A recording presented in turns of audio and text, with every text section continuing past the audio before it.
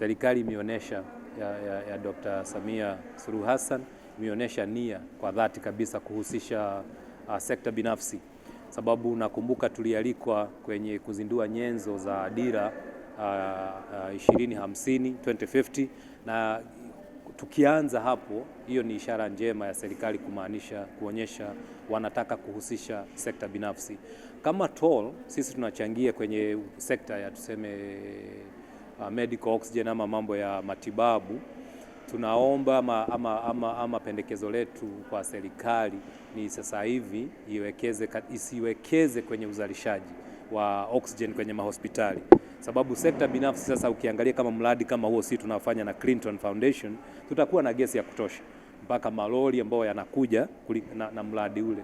Lakini sasa ni issue ni ombi letu kwa serikali kuwezesha mahospitali kununua, sio kuingia kwenye uzalishaji ambapo hawana ubobezi ule, na sisi ambao tumebobea kwenye production tuingie kwenye na mimi hilo kiukweli sina shaka, sababu serikali imeonyesha nia kabisa ya kushirikisha sekta binafsi.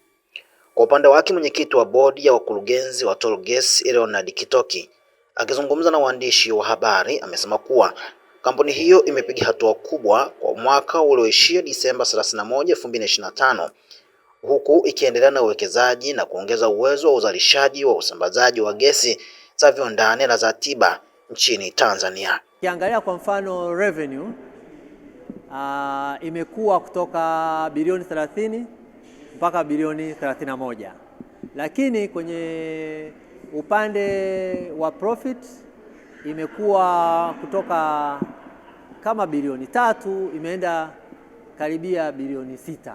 Kwa hiyo ni kama almost double ya mwaka 24 kuja 25, na tunatarajia mwaka huu pia itaisha vizuri zaidi na mwakani, kwa sababu hii miradi miwili hiyo ya gesi ya oxygen na huo wa carbon dioxide wa Ikama 3 itakuwa imeisha.